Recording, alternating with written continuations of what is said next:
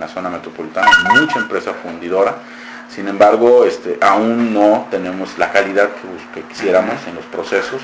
Entonces tenemos muchos problemas de contaminación atmosférica en los procesos de fundición. Las empresas catalogadas como de alto riesgo porque utilizan alguna de las sustancias consideradas altamente riesgosas.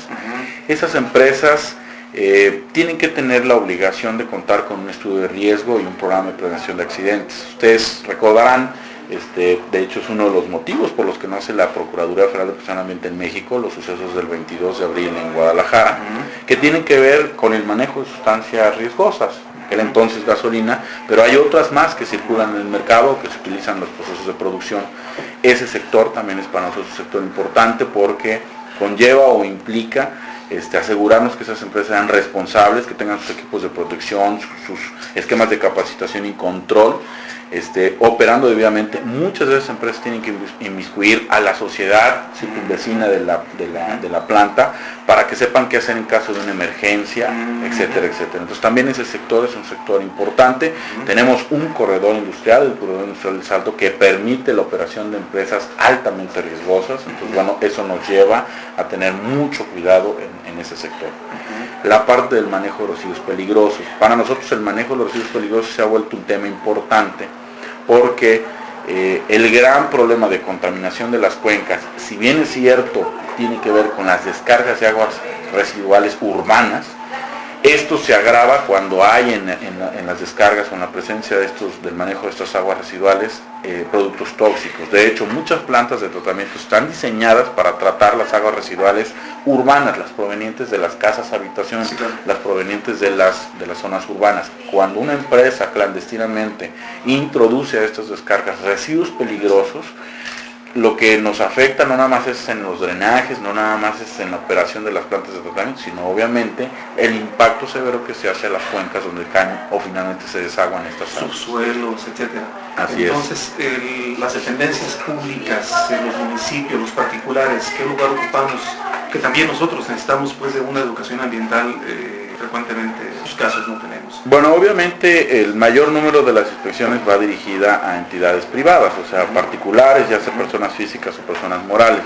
Sí tenemos un número importante de visitas o de actos de inspección y vigilancia y procedimientos instaurados ante entidades públicas, sea gobierno del Estado, sea gobiernos municipales o inclusive autoridades federales.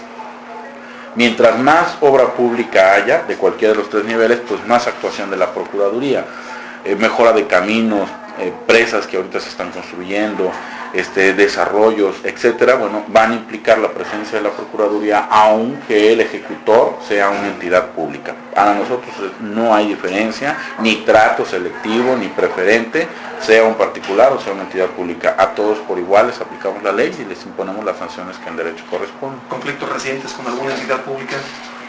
Bueno, voy a hablar más que de un conflicto por incumplimiento de la ley, por lo que se llama la falta o el avance en la madurez de la aplicación de las normas.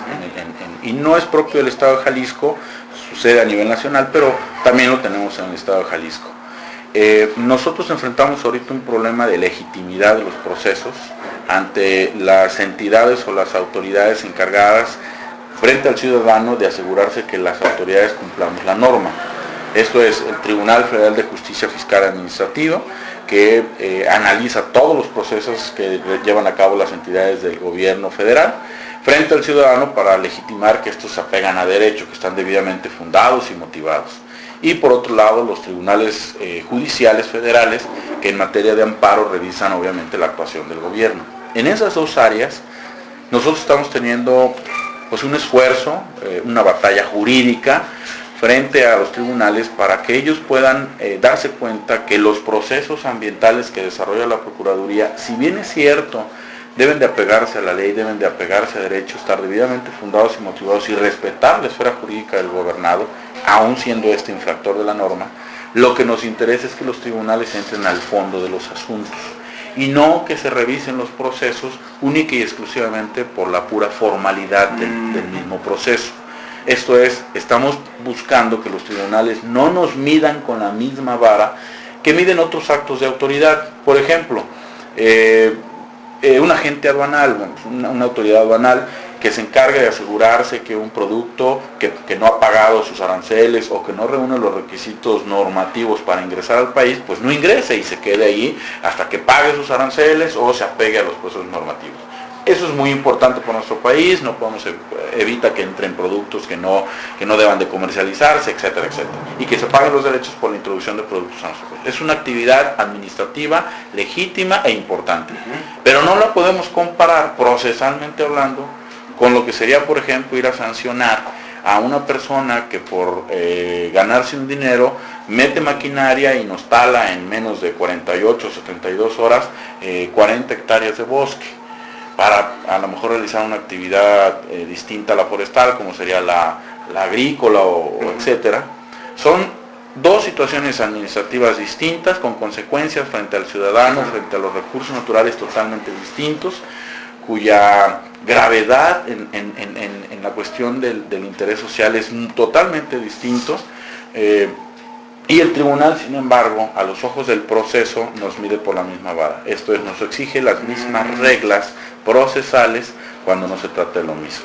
Hemos tenido el caso desafortunado de delincuentes ambientales que obtienen sentencias favorables porque nos aplican criterios, por ejemplo, de orden fiscal. Esto es, nos exigen que nuestras órdenes de molestia reúnan requisitos fiscales de fundamentación y motivación fiscales. Eso nos genera muchos problemas porque, por darles un ejemplo, si nosotros queremos agarrar un talamontes que se mete al bosque con un camión y una sierra a talar árboles, pues por supuesto lo hace de la manera más clandestina que se pueda.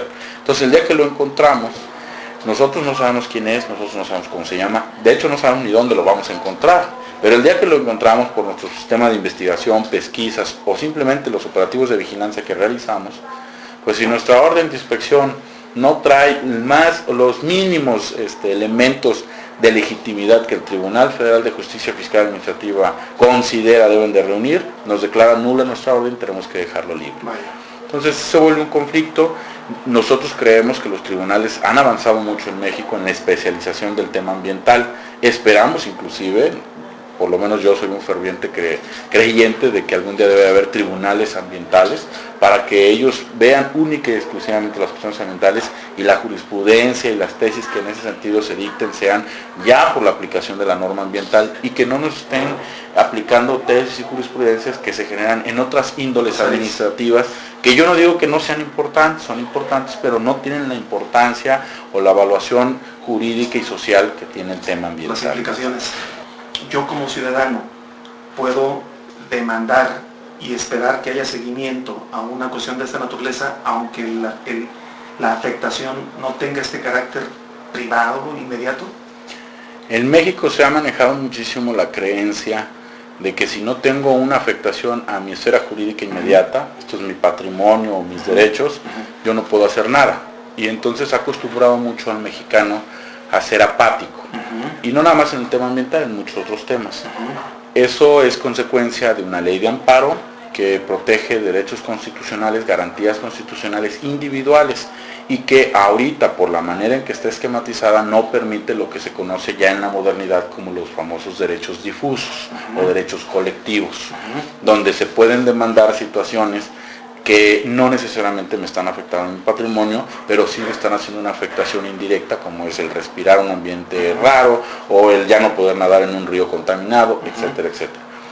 Sí se puede, como está la legislación ambiental hoy en día, se puede demandar sin ningún problema, se puede presentar denuncia ante la Procuraduría, se puede exigir el seguimiento de esa denuncia hasta la aplicación de las sanciones que correspondan. En donde usted va a tener problemas es cuando usted quiera que le reparen los daños. Ahí probar los daños va a ser lo difícil, porque si usted no tiene una afectación a su patrimonio inmediato, es donde va a tener problemas.